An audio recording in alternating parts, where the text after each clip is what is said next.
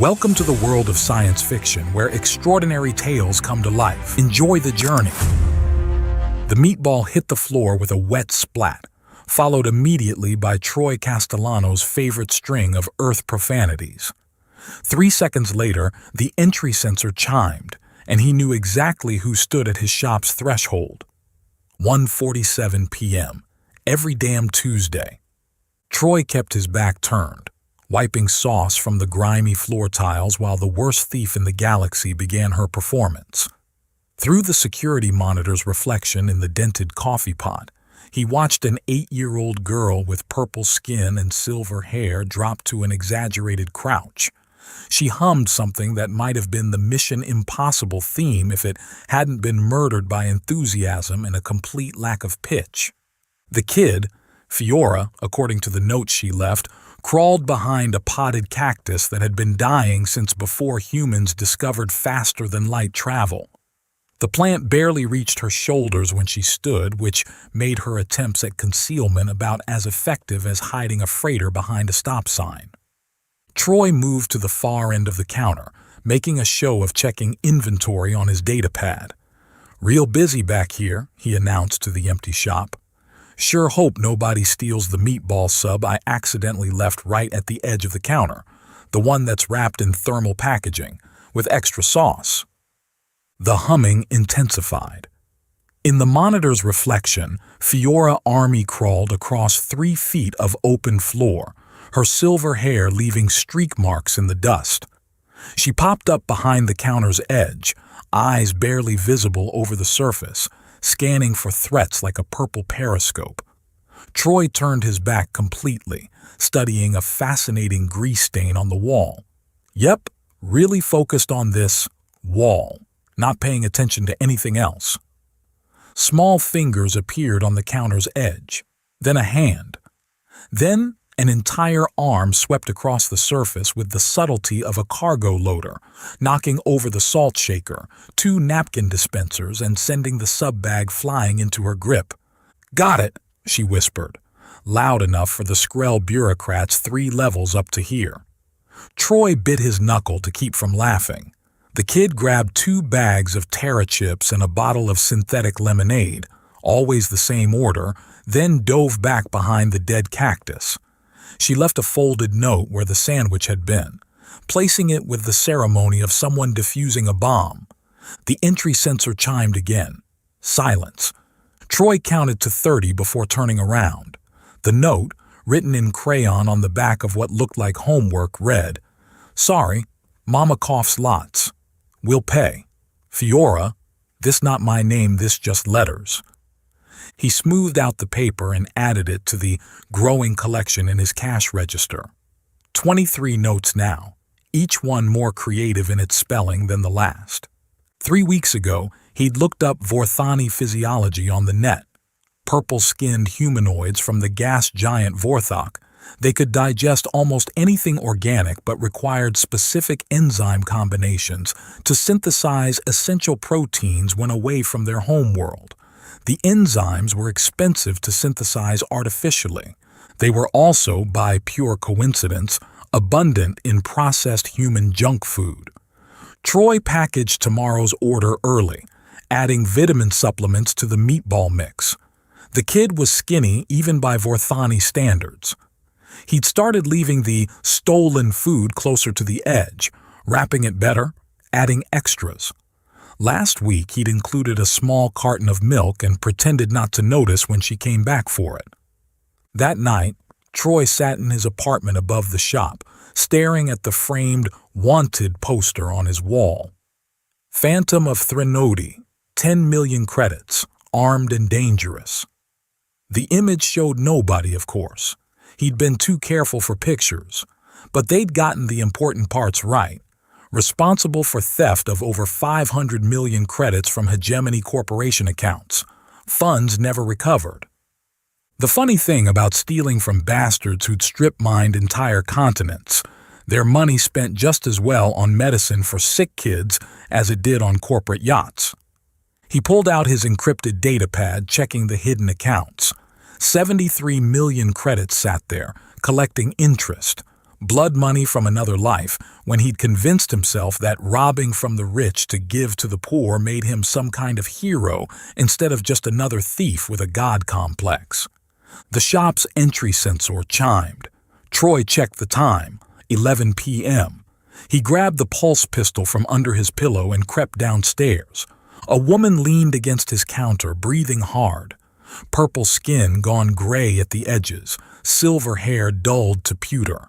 Vorthani, like the kid, but decades older and looking like death warmed over. "We're closed," Troy said, lowering the weapon but keeping it visible. "Mr. Castellano?" Her accent was musical, even through the wheeze.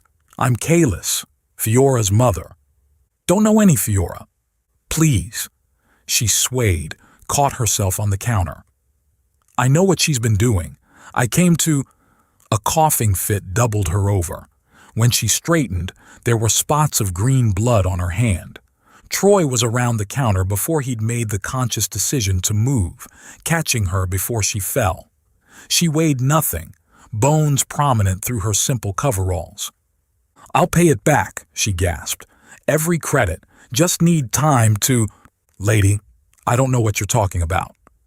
He helped her to the one chair that didn't wobble. "But you look like hell. When's the last time you ate?" I'm not here for—" She stopped, eyes focusing on something past his shoulder. Troy turned. Fiora stood in the doorway, still in her nightclothes, silver hair a mess of tangles.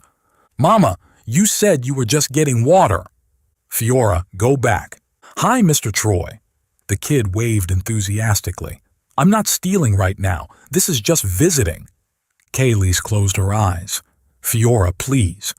"But Mama, you said I should be honest except when I'm stealing because then being sneaky is more important than honest, but this isn't stealing time so I can be honest, right?"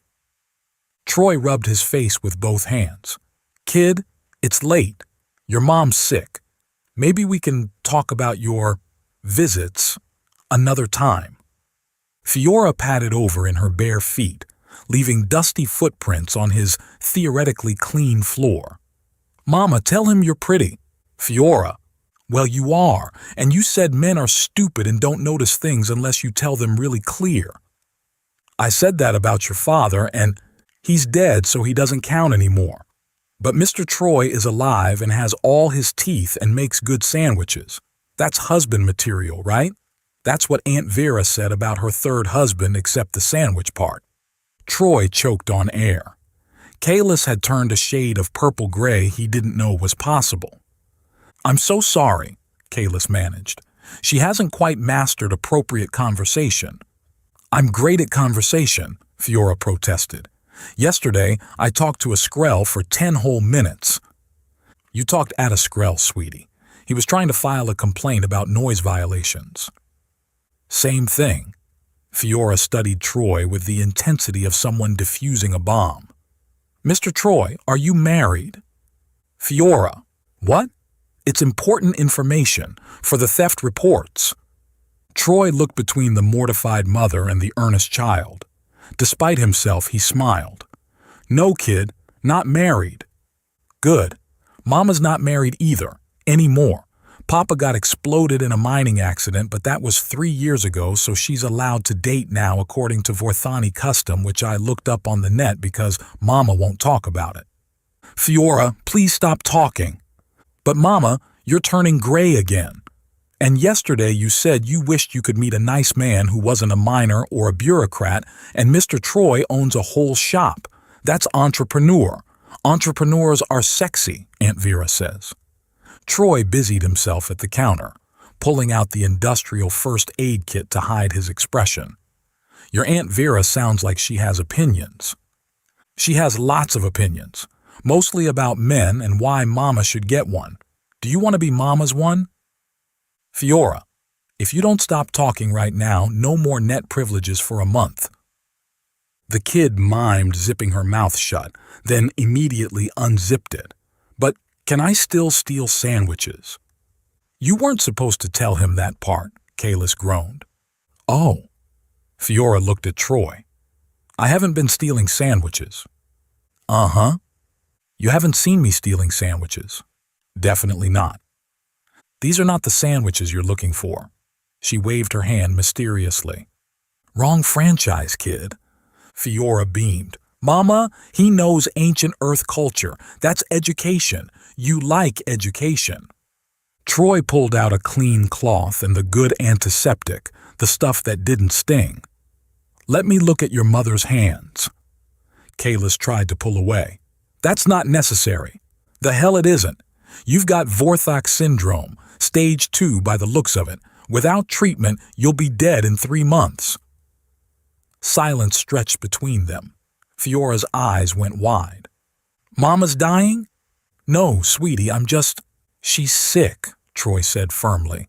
But sick can be fixed. Your mama's been eating the sandwiches, right? The enzymes help. Fiora nodded frantically. Every bite, even when she says she's not hungry. I make her. Good girl. He caught Kalis's eyes. But she needs real medicine, synthesized enzyme therapy, about 5,000 credits a month. We don't have. I know a guy who knows a guy, former customer, owes me a favor. Maybe we can work something out. Why? Kalis asked quietly. Why would you help us? Troy focused on cleaning the green blood from her fingers. Because I've got 73 million credits of blood money that might as well do some good. Because your kid's the worst thief I've ever seen and it's adorable.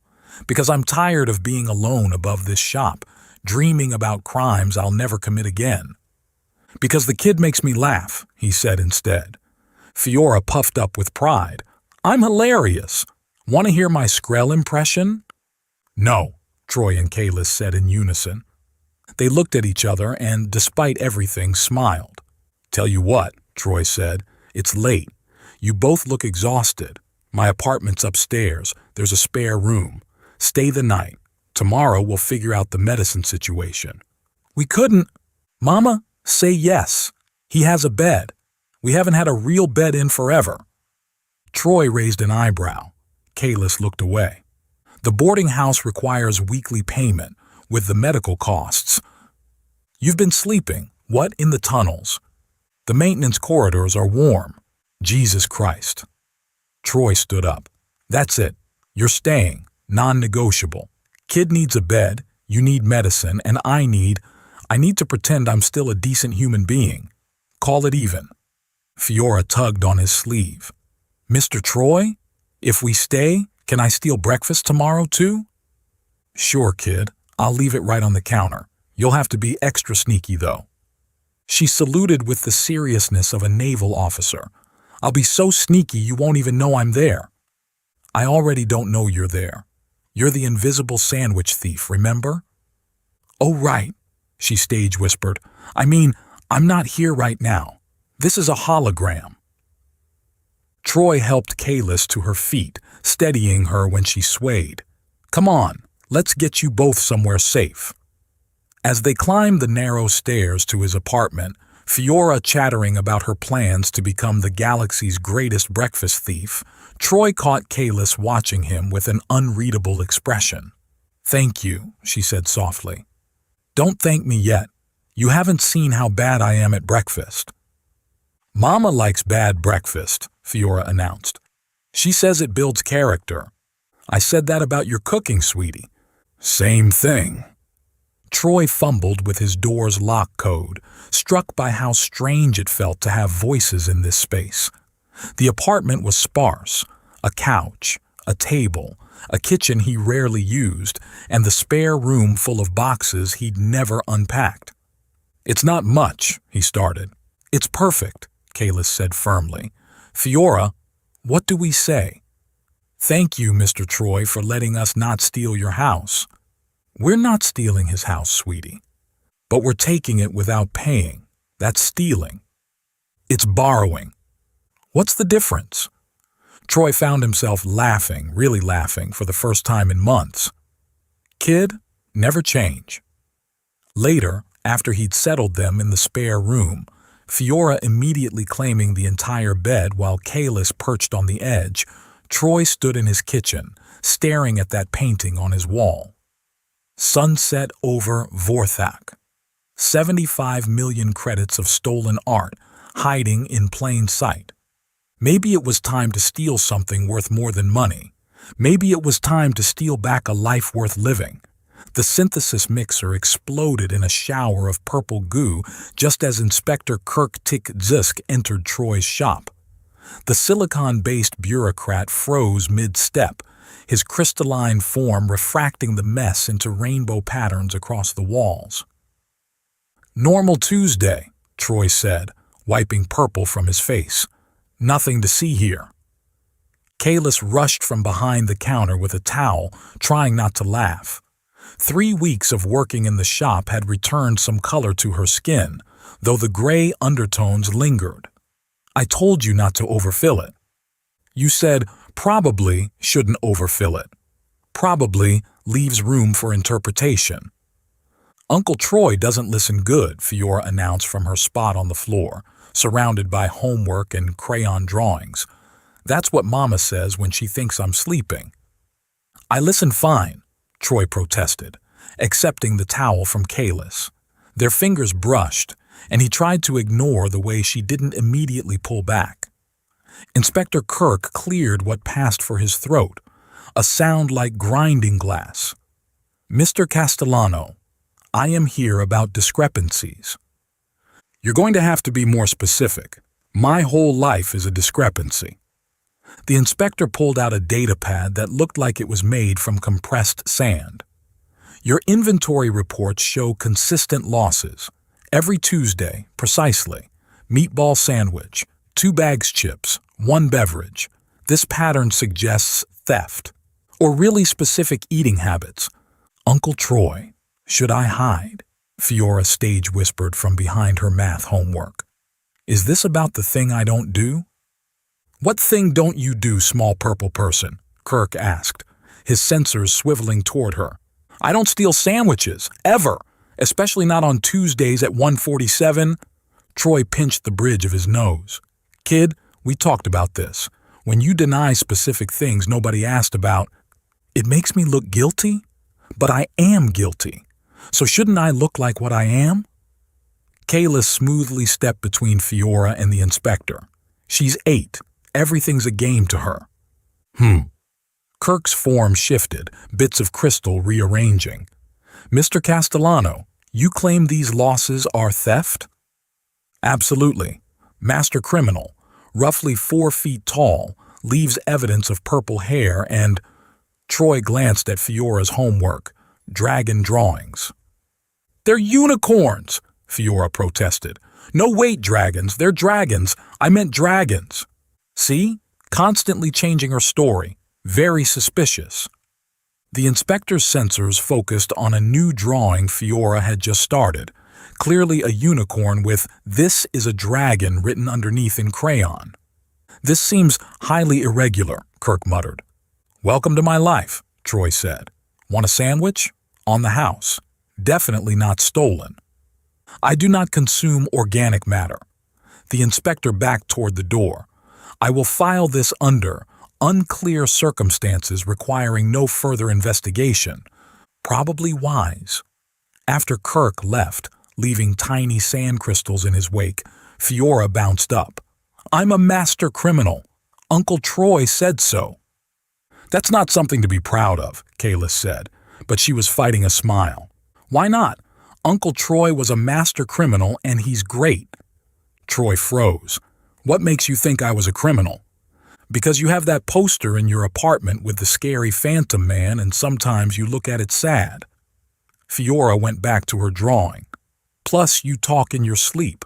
Mama heard you when she was getting water." Kalis's cheeks darkened to deep purple. "I wasn't listening." "You were totally listening," Fiora said. "You sat outside his door for like 20 minutes. "Fiora." "What? It's true. You said he sounds lonely even when he's sleeping." Troy became very interested in cleaning the purple goo off the counter. That's just a collector's item. The poster." "Uh-huh." Fiora didn't look up from her drawing. "Mama, tell Uncle Troy you think he's handsome even covered in purple goo." "I'm going to inventory the storage room," Kalis announced, practically fleeing. She thinks you're handsome, Fiora called after her. She told Aunt Vera on the comm yesterday. Troy watched Kalis escape, noticing how she'd started wearing her silver hair loose instead of tied back. Kid, you've got to stop trying to set us up. Why? You like each other. You make those gross googly eyes when you think I'm not looking. We don't make... Yesterday, you stared at Mama's butt for 37 seconds. I counted. I was looking at the shelf arrangement behind her. The shelf arrangement in her pants? Go to your homework. It's done. Want to see my story for creative writing? She held up a page covered in barely legible handwriting. It's about a sandwich shop owner who's secretly a superhero and he falls in love with a purple lady and they have 100 babies. 100 seems excessive. Okay, 12 babies, but one is a dragon. That's not how biology works. It is in my story. She paused, looking unusually serious. Uncle Troy? Is Mama gonna be okay? The question hit like a punch.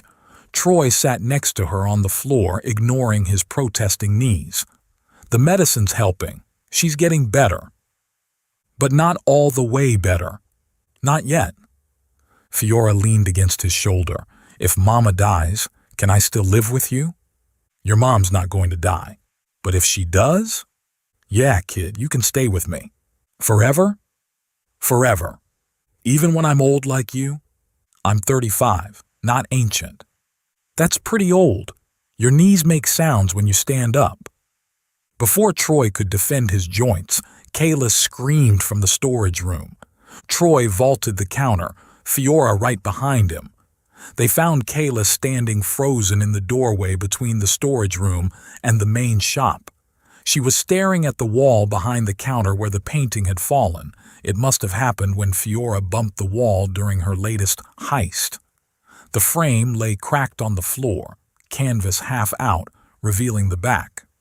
The holographic signature of Zentar the Silent pulsed with authentication codes, biometric seals that couldn't be faked, crystallized DNA patterns that proved without doubt this was the original Sunset over Vorthok, the 75 million credit painting stolen from Morgant the Cruel's private collection 10 years ago. The Phantom, Kalis whispered. Fiora's eyes went impossibly wide. Uncle Troy is the real Phantom?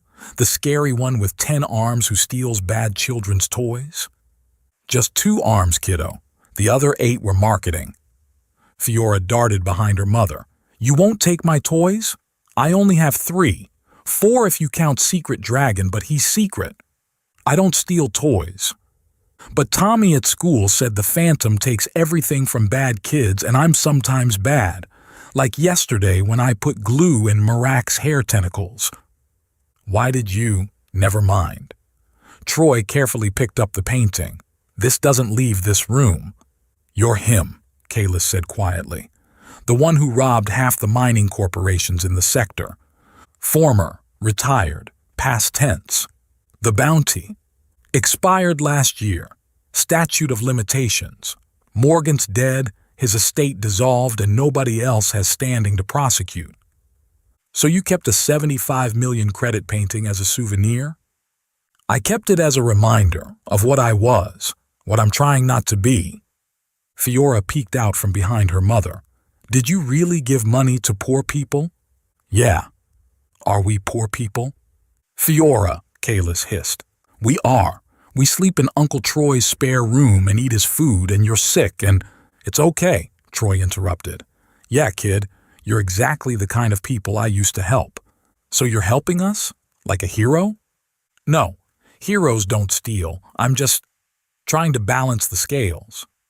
That night, after Fiora had fallen asleep surrounded by dragon drawings, definitely not unicorns, Troy found Kalis on his apartment's small balcony, looking out over the underground city's glowing levels.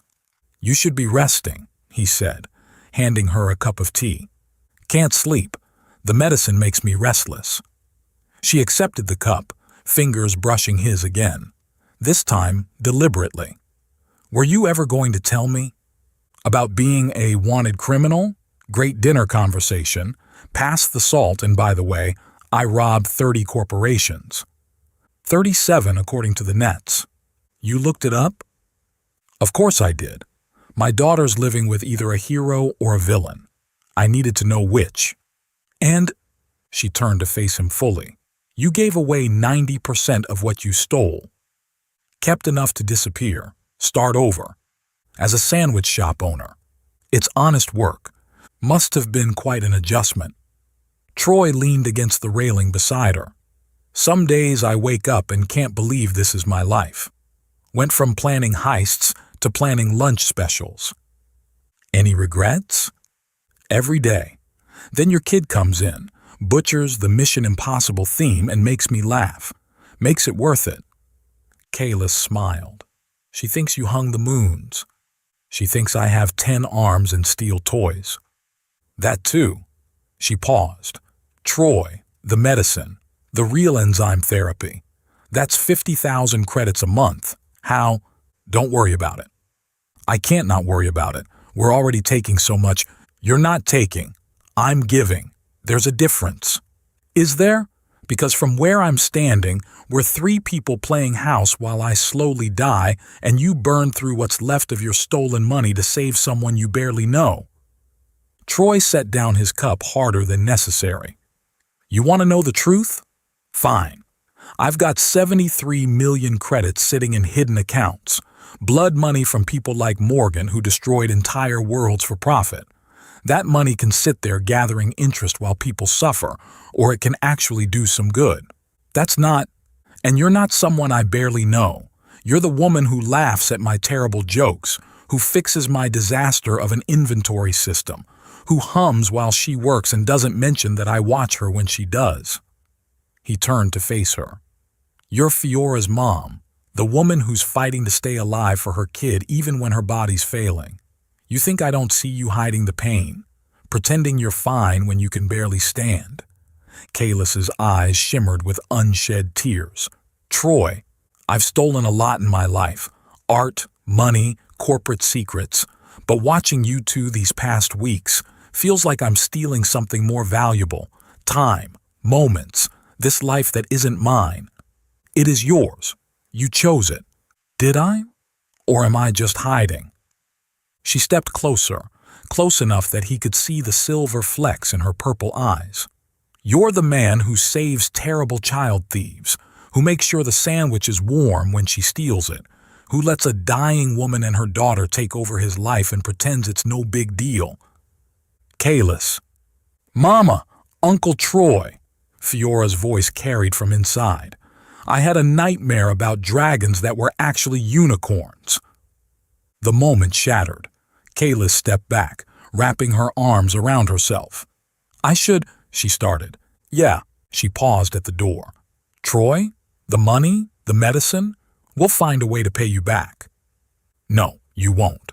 That's not how this works. Then how does it work? He looked at her, silhouetted in the doorway. I don't know. I'm making it up as I go. The next morning, Troy woke to find a new drawing slipped under his door. 3 stick figures holding hands labeled My Family in Fiora's chaotic handwriting. A note at the bottom, When Mama better we be happy. He stared at it while his coffee got cold, then reached for his encrypted datapad. The old criminal networks were still there, dormant but functional.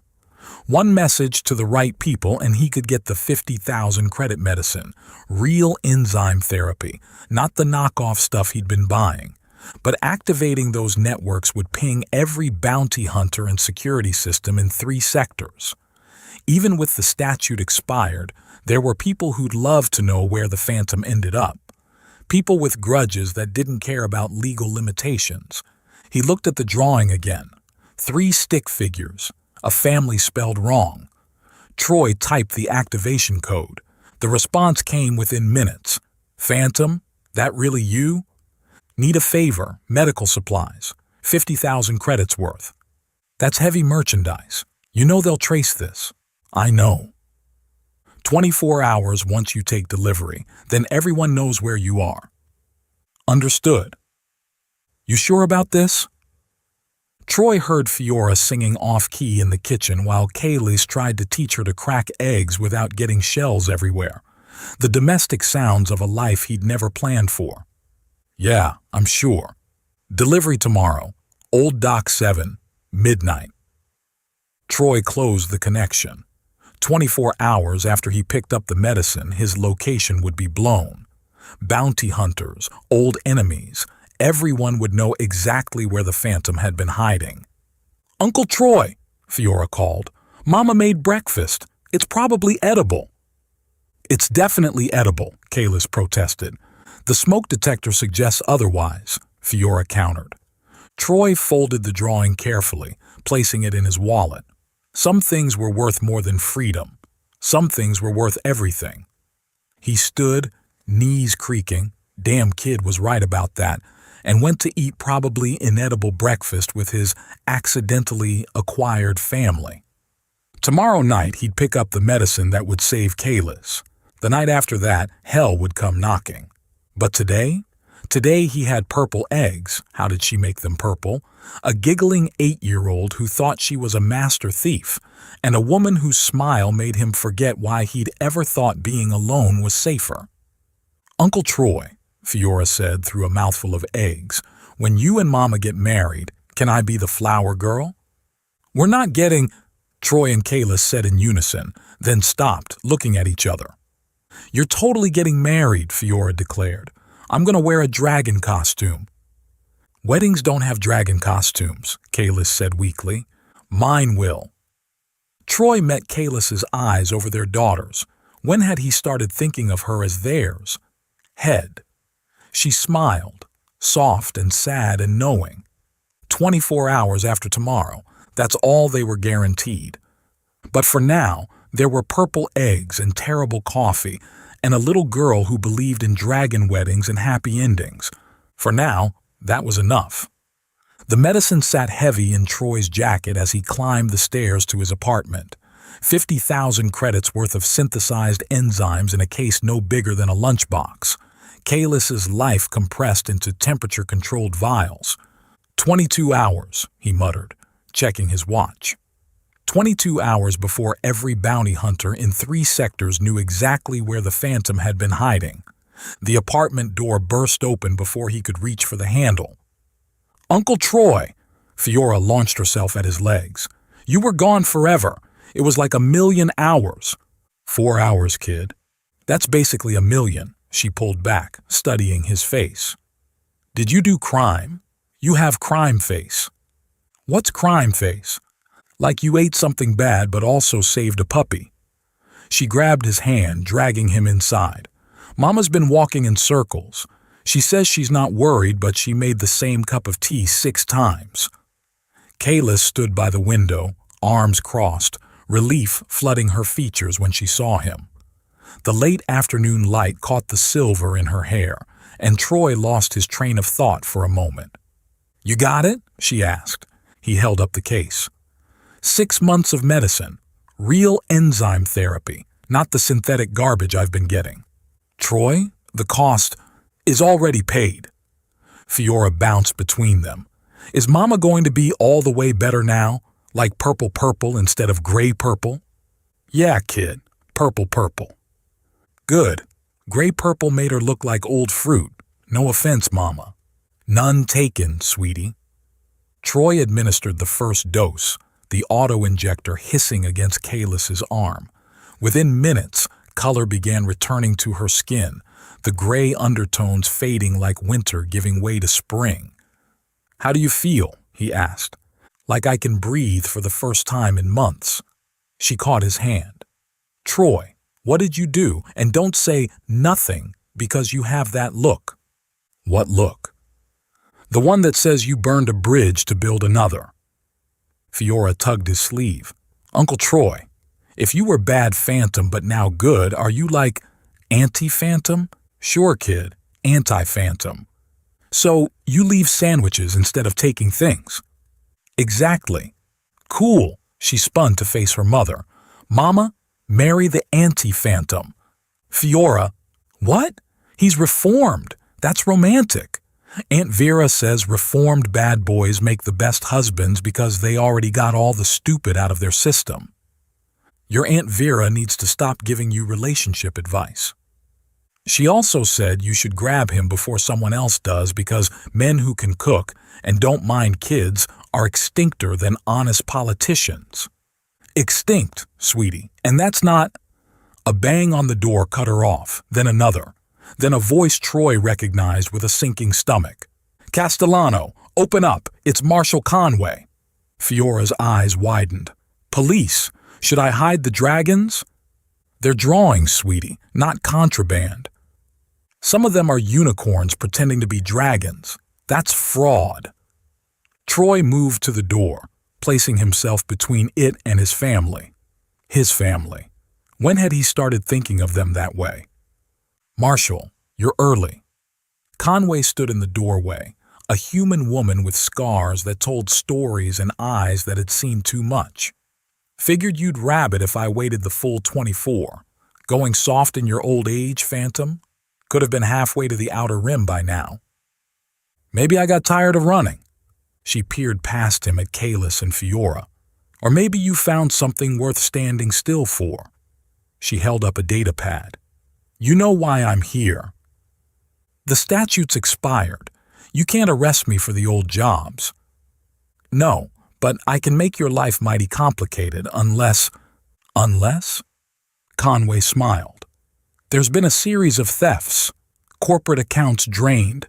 Money redistributed to colony relief funds. Sound familiar? I've been retired. I know. That's the problem. Someone's using your old methods, your signatures, even leaving those damn sandwiches at the scene. Fiora gasped. Someone stealing Uncle Troy's stealing style? That's identity theft. Kid's got a point, Conway said. This copycat's making my life hell. Every exec in 3 systems is screaming for protection. Not my problem. It is if I make it your problem, or... Conway's smile turned predatory. You helped me catch them, and I forget I ever found you. You stay dead. Keep your little sandwich shop and play house with your purple family. That's extortion. That's Tuesday. She looked at Kalis. Ma'am, you might want to take the kid to another room. This could get ugly. Kalis stepped forward, placing herself partially between Conway and Troy. No. Mama's tough, Fiora announced. Yesterday she opened a jar without even swearing. It was a tough jar, Kalis said, not moving. Conway studied them for a long moment. 1 week. Help me catch this copycat or I resurrect every cold case with your name on it. Statute of limitations doesn't apply if I find new evidence. After Conway left, Troy slumped against the door. You okay? Kalis asked. Peachy. Just committed to hunting down someone who's doing exactly what I used to do. Ironic. That's one word for it. Fiora tugged on his shirt. Uncle Troy, if someone's copying you, doesn't that make them like, your crime baby? That's not how crime works. But they learned from you. That's like teaching. You're a crime daddy. Troy looked at Kalis. Your daughter's broken. She's your daughter too now. The words hung in the air. Fiora's face lit up. Really? Uncle Troy's my papa now? That's not what I... Kalis's purple skin darkened to plum. Troy knelt to Fiora's level. Would you want that? Me being your papa? Only if you marry Mama. I don't want to be a bastard. Tommy at school says bastards don't get presents on holidays. Tommy's an idiot. I know, but he has a point about presents. Over the next 3 days, Troy worked with Conway while Kalis's health visibly improved. The gray undertones vanished completely, replaced by healthy purple that seemed to glow. She smiled more, moved easier, and caught Troy staring at her approximately every 5 minutes. Take a picture, she said on day 3, catching him watching her reorganize inventory. Pictures don't lecture me about proper shelf arrangement. My lecturing is part of my charm, among other things. Oh? What other things? Before Troy could answer, Fiora burst through the door. I've decided. About what? Troy asked. The wedding. When you and Mama get married, we're not. Both adults started. I want to be flower girl, but with sandwiches instead of flowers. More practical. And I want a dragon costume. But Mama says no, so I'll compromise with dragon wings. Small ones. Tasteful. Very considerate, Troy said dryly. That night, Conway called with news. Got him. The copycat. Turns out it was 3 teenagers with romantic notions about wealth redistribution. That's it? That's it. They confessed, cried the whole show. You're clear, Castellano. Stay retired. Troy hung up, staring at the phone. Free, just like that. Good news, Kalis asked from the doorway. Conway caught the copycat. We're safe. So no more looking over your shoulder? No more running. She moved closer. What will you do with all that stillness? I have a few ideas. Papa Troy, Fiora yelled from her room. I mean Uncle Troy. When you marry Mama, can I call you Papa officially? With papers and everything. Troy looked at Kalis. She's subtle. Like a meteor impact. Kalis. He took her hands. These past months, you and Fiora, you've made me remember why I started stealing in the first place. To help people, to matter. Troy, let me finish. I've got 70 million credits of blood money that won't bring back the people Morgan killed, won't undo the damage those corporations did. But it could build something new, a life, a real one. What are you saying? Marry me. What?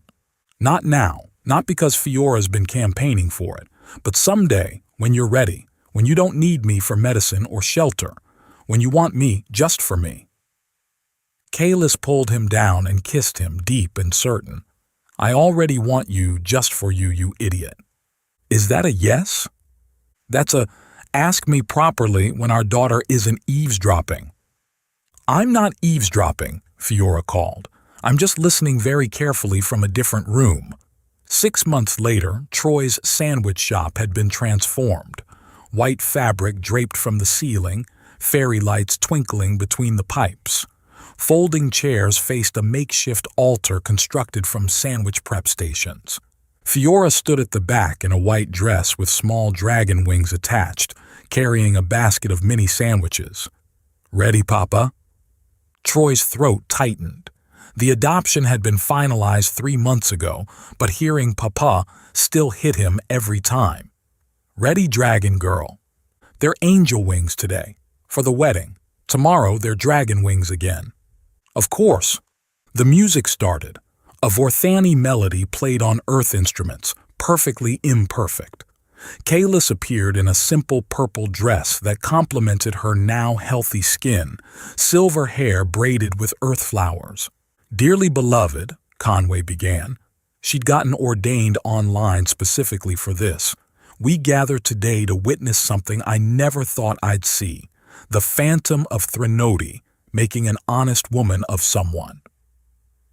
Other way around, someone called out. Fair point. The ceremony was chaos. Fiora forgot to throw sandwich pieces, eating them instead. Kirk, the inspector, showed up to file a noise complaint but stayed for cake. Someone's baby cried through the vows, and Troy's I do was drowned out by a delivery drone arriving with a rush order. It was perfect. By the power vested in me by the internet, Conway concluded, I pronounce you married. Kiss her before something else goes wrong. Troy kissed his wife while his daughter cheered and threw sandwich bits at everyone. Later, after the guests had gone and Fiora had sugar crashed on the shop floor, Troy showed them both a hidden door behind the freezer. What's this? Kalis asked. The door opened to reveal a room filled with credit chips. Not data transfers or digital currency. Actual, physical credits. Millions of them. Fiora's jaw dropped. Are we rich? We're comfortable, Troy said. This is for your education. Wow, can I buy 1 million secret dragons? How about 2 dragons in college? Deal. But good dragons, not scary ones. All dragons are good dragons, Kalis said, wrapping her arms around them both. A year passed. The shop expanded with Kalis's Cosmic Cuisine opening next door. The wall between them had an archway cut through, letting Fiora run between both kitchens, helping in ways that usually required extensive cleaning afterward. On the wall hung 3 framed items: Fiora's first theft note, a family portrait — Fiora wore dragon wings naturally — and Troy's old wanted poster with "Retired, found better job" written across it in purple crayon. Business was good. Life was better. Then, one Tuesday, at exactly 1:47 p.m., a sandwich went missing. Fiora wrote an indignant note. "Hey, wasn't me. Who took it? Not fair. Signed, Fiora Castellano, official daughter. I have papers." The next day, someone had written back, "Bon appetit. The tradition lives on. New phantom." Troy found a small human boy, maybe 6, hiding behind a dumpster with the sandwich. "You hungry, kid?" The boy nodded, terrified. "Tell you what. You come back tomorrow, same time. I'll teach you how to steal properly. First rule, never take from someone who has less than you." Like Robin Hood? Something like that. That night, as they closed up shop, Fiora pulled Troy's sleeve. "Papa, when I grow up, can I be Phantom number 3? How about an honest chef?" "Boring. I'll be Chef Phantom. My food will be so good it's criminal." "That's already your mother's tagline." "Hey!" Kalis protested, throwing a dish towel at him. Troy caught it, pulling her close with Fiora squashed between them. The greatest heist of his career hadn't been the paintings or the corporate accounts. It had been stealing back his own heart and having it stolen in return by an 8-year-old girl with purple skin and the worst sneaking skills in the galaxy. "Papa?" Fiora asked, voice muffled by their group hug. "Yeah? Can we teach the new tiny thief to be better at sneaking? He's even worse than I was." "Nobody's worse than you were. I was artistically bad. There's a difference." Troy laughed, holding his family close. Outside, Station Merkava hummed with life. Somewhere, a new tiny thief was planning tomorrow's heist. Conway was probably arresting someone. Kirk was definitely filing paperwork about something. But here, in this sandwich shop that smelled like meatballs and hope, Troy Castellano had everything he'd never known he was stealing towards. "Hey," Kalis whispered, "I love you. Love you too. And I love sandwiches," Fiora added. "Family group hug and sandwiches. Best day ever." It wasn't the ending Troy had planned. It was better. 7 years later, the new kid was doing it all wrong. I watched from behind the counter as the scrawny human boy, couldn't be more than 7, tried to sneak a protein bar while Papa Troy was distracted, teaching the twins how to properly knead dough. The kid moved like he was walking through a minefield, each step accompanied by a full-body wince. "Left pocket," I called out without looking up from my homework. "The squeaky floorboards under your right foot. Shift left." The kid froze. "I wasn't—" "Sure you weren't, but hypothetically, if you were, you'd want to avoid the sensor Papa installed last week. Duck down about 3 inches.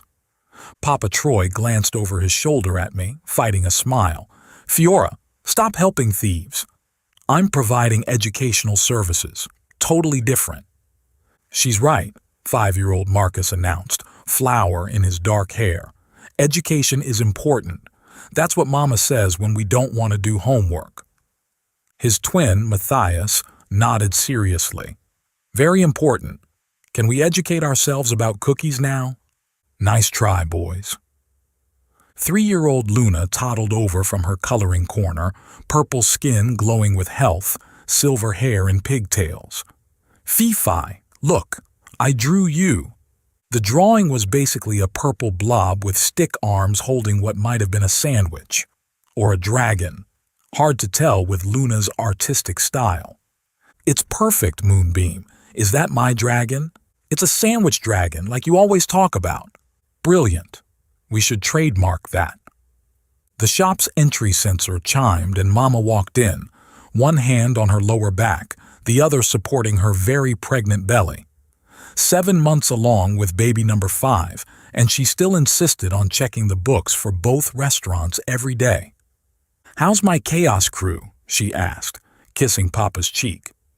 "Educating thieves, apparently," Papa said, shooting me a look. "I'm training the next generation. It's a family tradition." The human boy had successfully pocketed the protein bar and was edging toward the door. I cleared my throat. "Forgetting something?" He turned, terrified. I pointed to the counter where a wrapped sandwich sat with a note. "For the hungry kid, no stealing required. Management." "Take it," I said. "Same time tomorrow, Papa will teach you to cook. First rule of theft, never take from someone who has less than you. Second rule, learning to make food is better than stealing it." The kid grabbed the sandwich and ran. Papa shook his head. "You're too soft." "Wonder where I learned that." "From me," Luna announced. "I'm soft. Feel." She grabbed my hand and pressed it to her chubby cheek. "The softest," I agreed, scooping her up. Mama lowered herself into a chair with a groan. "This one's definitely a dancer. Haven't stopped moving all day." "Maybe it's another set of twins," Matthias said hopefully. "Then we'd outnumber the girls." "Don't curse me," Mama laughed. "Girls rule," Luna shouted. "Boys drool." "I don't drool," Marcus protested, "except when I'm sleeping, or eating something really good, or thinking really hard." "So always," I said, ruffling his hair. The afternoon rush started, and I shifted into work mode. 7 years of practice had made me efficient. I could assemble a sandwich blindfolded, calculate change in my head faster than the register, and spot a counterfeit credit chip from across the room. "Table 6 wants extra sauce," Papa called out. "On it." I delivered the order, smiling at the Skrell couple who always tipped well, then noticed something odd. A woman sitting alone in the corner, hood up, hadn't touched her food. She was watching our family with an intensity that made my skin prickle. Human, from what I could see. Middle-aged. Her fingers drummed against the table in a pattern that seemed familiar. "Papa," I said quietly when I got back to the counter, "corner booth. Notice anything?" He glanced over and I saw him stiffen slightly. "Take your siblings upstairs." "But now, Fiora." I knew that tone. I gathered the twins and Luna, ushering them toward the apartment entrance. "Come on, monsters. Snack time upstairs."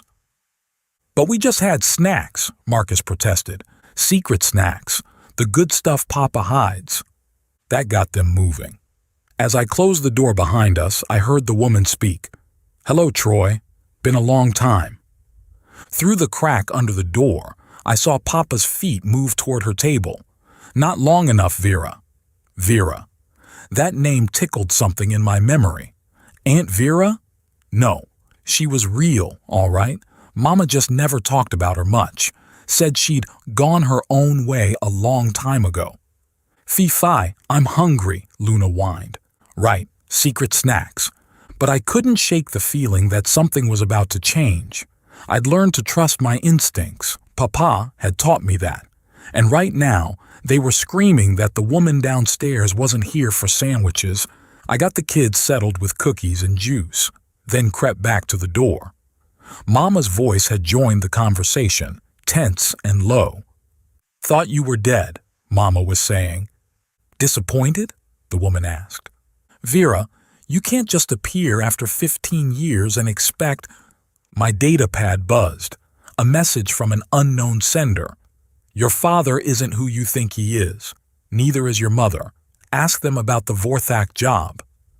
I deleted it immediately, but my hands were shaking. The Vorthak job. Why did that sound familiar? Another buzz. Check the painting, behind the family portrait. I looked at the wall where our family portrait hung, right next to my first theft note and Papa's old wanted poster. We'd moved the original Zentaur painting to a museum years ago, donated it back to the Vorthani people, but the family portrait— "Fifi?" Luna tugged on my shirt. Why do you look scared? I'm not scared, Moonbeam. Just thinking. About what? About how Papa sometimes got quiet when certain names came up on the news. About how Mama knew things about security systems that sandwich shop owners shouldn't know. About the woman downstairs who shared Mama's bone structure and way of moving. About secrets that might change everything. About dragons, I told Luna. Always about dragons. But I was really thinking about the locked box in Papa's closet. The one he thought I didn't know about. The one with Vorthok Station, 2,387 inches engraved on the side. The same year I was born.